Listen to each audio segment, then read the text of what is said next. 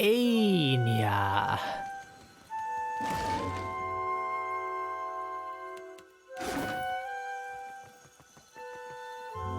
No sooner do you approach the Valiant woman than she squints and turns up her nose, regarding you with thinly veiled distaste. I only deal with serious clients. Now, shoo. She makes a sweeping gesture with both hands. Excuse me? Ak, done. You are dismissed. Madiko.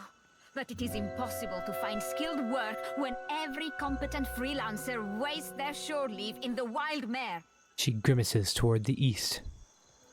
When blood travels south of their brains, the value of a good bounty is forgotten. Why aren't more sailors accepting work? Ak, but I blame Luminous Adra. She folds her arm and exhales sharply through her nose. Our privateers are busy escorting shipments out of the Deadfire. Where are the Casitas willing to sink their enemies for a bag of pyres, huh? Drunk on success. She waves derisively toward the east. What bounties do you have available? I do not make a habit of shepherding new talent, but there is a seed of potential. She sighs to herself and peers over your shoulder before giving you up. She sighs to herself and peers over your shoulder before giving up and addressing you directly. We will cut your teeth on Biakara, a Huana sailor and would-be patriot who plagues company ships. I'll take the bounty. Gelade. Biakara sails a voyager's scale of Tangaloa off of Hazongo's northeastern coast. Anya studies you once more before shrugging and seeing you off the wave. Here we go. Tangaloa. Many Huana worship Barath as Riku-Uhu, the twin eel god that represents the cyclic connection between overworld and underworld, life and death. Rikuhu is often depicted with the two constituent eels, Kohopa representing the overworld and life, and Tangaloa, who represents underworld and death, devouring one another by the tail. In Huana folklore, Kohopa and Tangaloa were born before time existed, and each had an insatiable appetite. They began to devour all living things, and with each thing devoured, they became larger. When there were no living things left to eat, and the two eels were so enormous as to encompass all existence, they began to devour one another. Thus, all beings are perpetually passing through the digestive tracts of the two eels. When one reaches the end, it passes through the mouth of the next eel, the gateway to or from the underworld, and the next stage of existence begins. The notion of time is merely one's perception of the digestive process. Before I go, I had some questions. Questions? Ask your questions, Aimiko. My question is, I'm still hunting Biakara. Well, the Queen's Berth ship hunters are not exactly pounding at my door for work. Anya pinches the bridge of her nose. Enjoy the lack of competition while it lasts. Take your time. I'll take as much time as I need.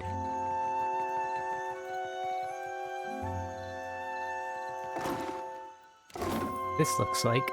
yes. You duck down into the canal and find yourself kneeling before an iron grate. The reek of sewage wafting from the other side is powerful enough to bring tears to your eyes. The iron bars are set firmly into the surrounding brick, barring any passage onward. Inspect the grate. The iron appears solid, but exposure to the elements has worn away at the surrounding brickwork. The bar extends deeper than these evident fractures, and prying the grate loose would take considerable effort. Look for structural weaknesses. The iron looks sturdy enough, but you are able to spot some telltale signs of corrosion between the bars and the brick. Now that the defect is apparent, the work of bending the bars would prove a less demanding challenge. Use a pry bar to open the grate. Leveraging your weight on the pry bar causes one of the bars to snap, leaving enough space to crawl through. I've lost an item pry bar. We'll crawl through later. What even is this place? Want to be in there? Do I want to go there? I don't know. Did I save? Climb through. You carefully squeeze through the opening, steeling yourself for what comes next. In the darkness of the tunnel, you hear quiet retching. You press on with offered sympathies. Aloth and Ilmrin failed their constitution. As you progress through the tunnel, a change in the air pressure catches your attention. There is an opening above your head. The walls are slick and coated with waste, but you find handholds carved on either side of a narrow passage leading up. You haul yourself out of the pit toward freedom. The walls are slick and coated with waste, but you find handholds carved on either side of a narrow passage leading up. You haul yourself out of the pit toward freedom, out through the toilet of the Valian Trading Company headquarters. Why am I here? Gonna steal stuff?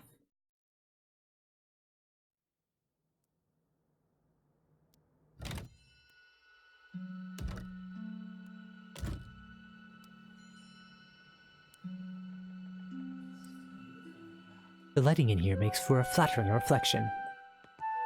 Numerous guests appear to have carved their names into the wooden frame of the painting. Let's take a look. Aye, aye.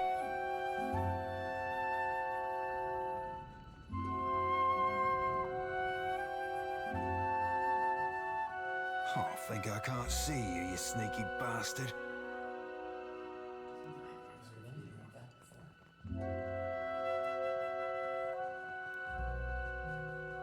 I see a soul. Run. I master a heist. Oh. What are you doing here? Business took longer than expected. I'll be leaving now. Then permit me to escort you safely outside. The Night's Watch, they deal roughly with intruders.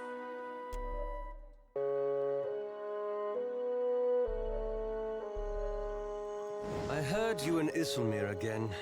I do wish you would stop encouraging her. Real sorry, Aloth. We'll keep it down. You think I care about your childish jokes? What bothers me is how she dog-ears my grimoire. And you keep bringing her out. Just looking to lighten the mood, I guess. Such is the rumor. Sounds like sailor tales to me.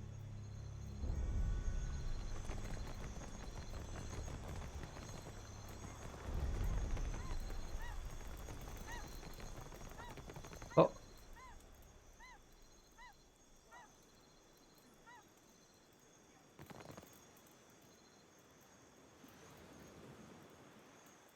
There. Here's Shoti. Where's Seraphine? Are you Seraphine? You're Seraphine.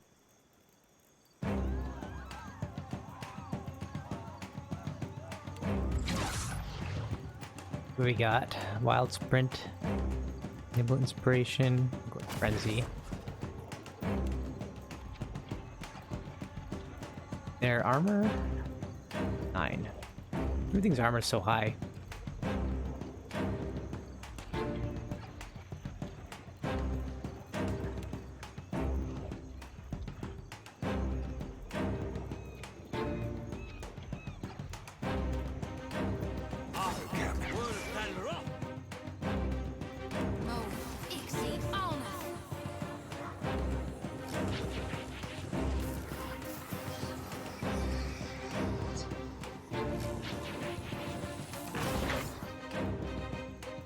Actually, you go here.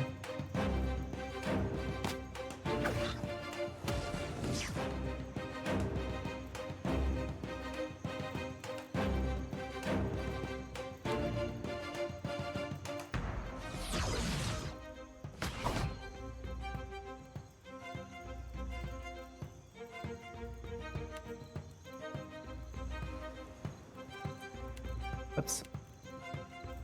Stop that. Nope. Undo, undo. Just use this. Whatever.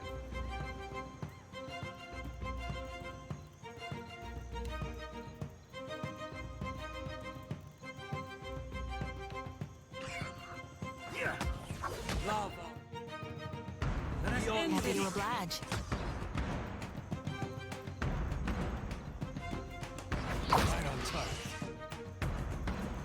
Well, that was easy enough.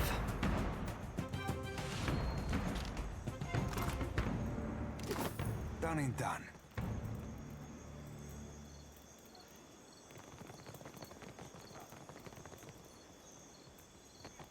Mm-hmm.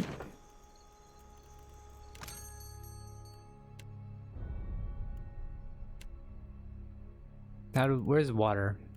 I guess we don't need water. Oh no! I don't have that much gold. Copper. Whatever we got. Is there a way to sell all my junk? Items, other. Movables, clothing, armor.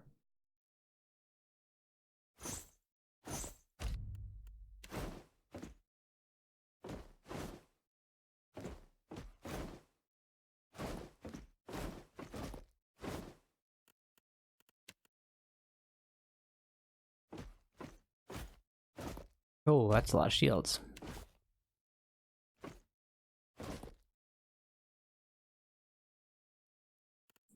Sure.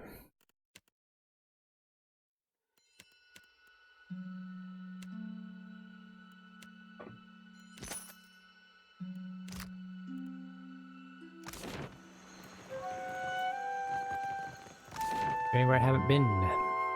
Maybe there.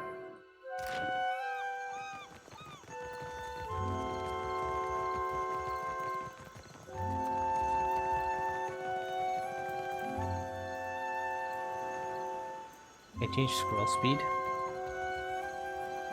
Maybe I can change the scroll speed with the WASD keys. Camera.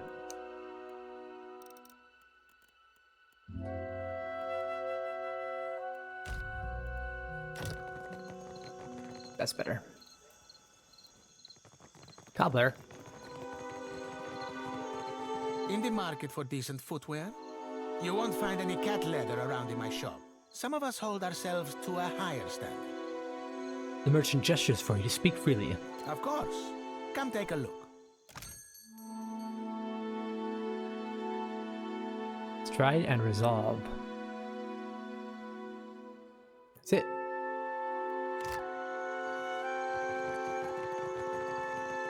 What are those?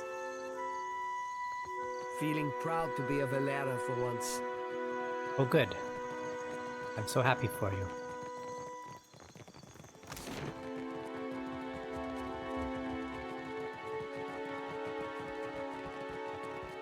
Actually, I think I'm gonna leave.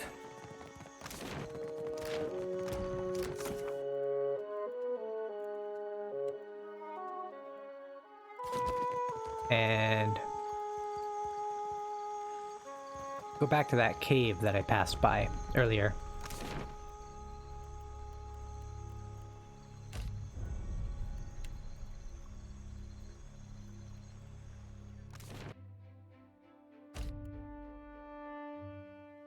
It's you.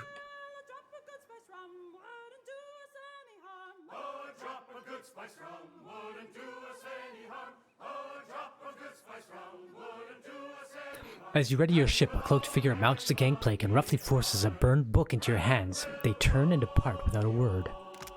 Burned Book of Law. The binding of this tome reeks of smoke. What few pages remain are crinkled and black. Based on the few chapter headers that survived the fire damage, this might have been a book of antiquated laws. Now it's nothing more than a charred relic of authority. You crack the spine of the old book, revealing blackened pages of dense, illegible text. The words recede into the shadows the longer you focus on them. Suddenly, the page widens to eclipse the world around you. A dark void stretches out on all sides. The air full of choking fumes that carry dying embers and curling flakes of ash. Waves dispel the smoke. Something stirs in the darkness. An old woman steps forward, leering down at you from on high. Her smile is toothy and cruel. Her cheeks warp around it like melted candle wax. Hello, Mordecai. I'm so glad that my messenger tracked you down. These days it's impossible to find good help. Mordecai? Watcher, before you draw your weapon, know that these proceedings are under a banner of peace. If this was a trap, it would have already closed around you. While Berth whispers in one ear and Aether shouts in the other, I thought you could use a more seasoned perspective to drown out the noise. Was this, the ruse with the book, really necessary? For the moment, you are Berth's creature. There are rules against my direct intervention, but nothing says you cannot willingly seek my counsel. Andra and Helia toe the line of acceptable conduct from time to time, but I am nothing if not adherent to our oldest laws.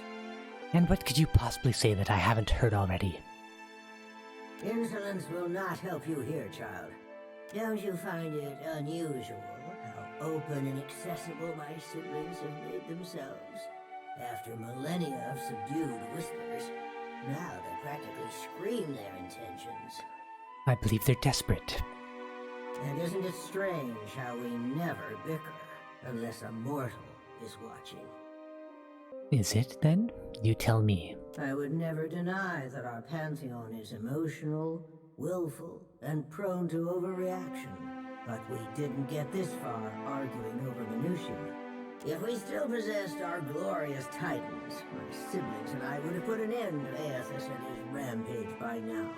While we are powerless to stop him, some of my kin wish to observe how mortals respond to this threat. They think it will shine a light on the value of our patronage. Have we raised you well enough to be self-sufficient? Or must we return to Eora and impose some corrective measures? And if we prove ourselves, what then? What indeed? That would depend on which of us you ask. A cross-section of society has converged on the Deadfire. Some of my kin are of an opinion that we are meant to judge mortals on the basis of their performance, while the rest of us have already made up our minds on the matter. So why do I get the feeling you're trying to convince me of something? Judge for yourself.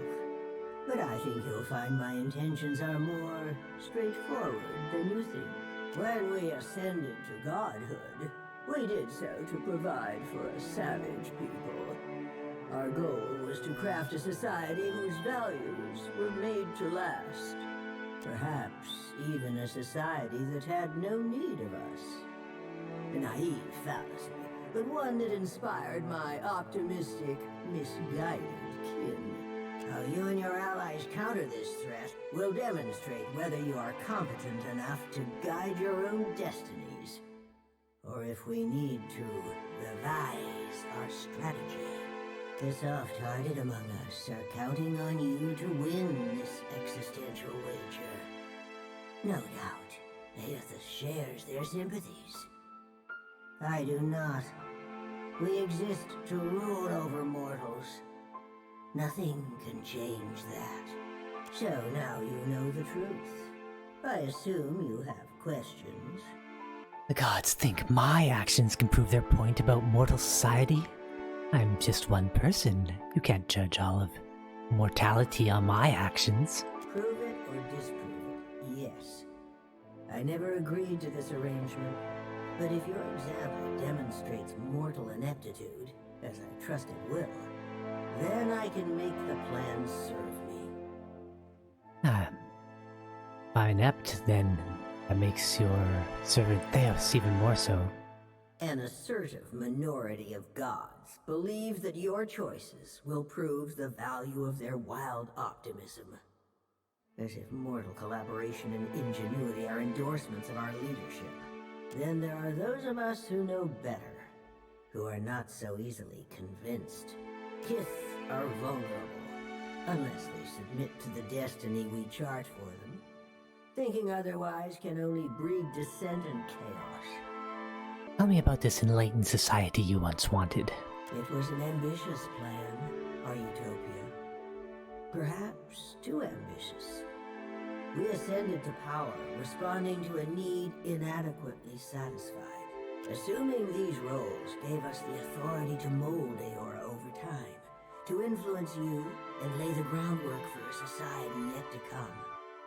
On the outset of the plan, some believed that mortals would outgrow us, as if that was a favorable outcome. To me, our eternal pantheon was always a critical fixture. Aethys was one of those who supported mortals, while I have always been their most vocal critic. How would you have even recognized that ideal society? A valid, self-defeating question, and one which I posed often. We assumed that they, whoever they were, would reveal themselves to us. Rational government would rule in our stead, leaving churches vacant. Thanks to Aethys, we're pulling the dough from the oven before it's had a chance to fully rise. You unfortunate bastards never had the chance to prove me wrong. Doesn't this social engineering plan seem counterintuitive? You mean gods crafting a godless world? Naturally. My siblings desired to influence mortals and steer them in a proper direction, even if that direction led to places we could not follow. I have no intention of being left behind. Society would unravel without its queen to impose strict order. And why do the other gods tolerate your opposition? Opposition can take many forms. If a church embraces and weaponizes my doctrine, that is very different from me rampaging as a titan. Aethys is not known for subtlety. Twice now, he has contaminated the purity of our experiment, and done so with extravagant displays that undermine our authority. And you call what Theos did subtle? His approach was sophisticated, indirect. I owe you no explanations on the matter. Considering it directly involved me, I think you do owe me an explanation. Besides, you are not worthy to speak his name. I am the counterpoint to the soft-hearted. It makes no difference if mortals pass some arbitrary test. My mind is settled on the matter. Regardless of my feelings, the timing of this crisis forces us to accelerate our schedule. Final judgment comes sooner than any of us would prefer. And what happens if someone proves you wrong? If our pantheon found that mortals had cultivated a perfect, lawful system to maturity, I would not voice a word in protest. I would merely stand aside and await the inevitable collapse. Mortals need us. I know this as well as I know myself. Even a lawful and responsible society would be poised to collapse as long as its architects and strongest adherents were mortal. Any satisfaction that my siblings derived from their little experiment would be short-lived, and it would fall to me to clean up after their mess. The mess in this case being mortal freedom. Freedom is an unachievable illusion, heralded by the soft of heart. Only those who can find satisfaction in captivity are truly free. Oh yes, slavery is freedom. Make no mistake, Watcher. In this, I cannot be proven wrong. Back to my other questions then. You have learned much already. Only ask if you are ready for the truth. Why did you choose to confide in me? Whether knowingly or unintentionally, you seem to find yourself on the vanguard of change. Mortals like you come but once in a lifetime. Some would react poorly if I stripped mortals of their freedom without giving them a chance to plead their case. You have the honor of standing tall as their advocate. Before I return to Eora and assume my position as your deserving tyrant, you have this opportunity to prove me wrong. To demonstrate whether or not mortals are responsible enough to claim their future. I see. Mortals have precious little time to decide for themselves. Will they stand together as one, or swallow their pride and bend the knee? I have every confidence that you would disappoint us. Once my position is upheld, the undecided among the gods will embrace my plan. And over time, has your opinion of mortals changed even a tiny bit? Nothing you've done has tarnished it utterly beyond repair. You may congratulate yourself on that much, at least. I want to talk about the wheel and your rise to godhood. The wheel is our shared responsibility, and each of us serves it in our own fashion. I am the axle upon which the gods balance their power. Aethys keeps the wheel in motion. He was our promise to mortals that time and labor would yield a deserving reward on the next turning of the cycle. How exactly does the wheel function? Much of reincarnation's mechanism exists in the idea space of the beyond. You wouldn't find a wall of cogs and levers unless we conjured one to illustrate a point. The wheel has but one material component in all of Aeor. Something we built to channel essence through luminous Adra and into the beyond with reliable continuity. Before we intervened, the flow of essence was directionless, unpredictable. We succeeded in widening the gap, diverting it, giving it an efficient path to follow. Reincarnation existed before you, so why not just leave it alone? Before we took control of the wheel, reincarnation was error-prone, lacking forward momentum. Hollowborn were fairly common, and hardly the worst of the soul maladies. Control gave us the power to strengthen the souls of intelligent kith over generations. We made you wiser, stronger, more likely to develop the society we thought you deserved. Every turning of the cycle demonstrated the righteousness of my belief. Nature begets chaos, and discipline begets perfection. And how did you Unguethans become gods? At the height of our power, we recognized the potential of the soul. We knew that it could be bound, split apart, diverted like a river, and hammered together. Hammering was trivial. Those of us who agreed with the Apotheosis Project, and many who did not, submitted to a violent and horrible erasure of our individuality.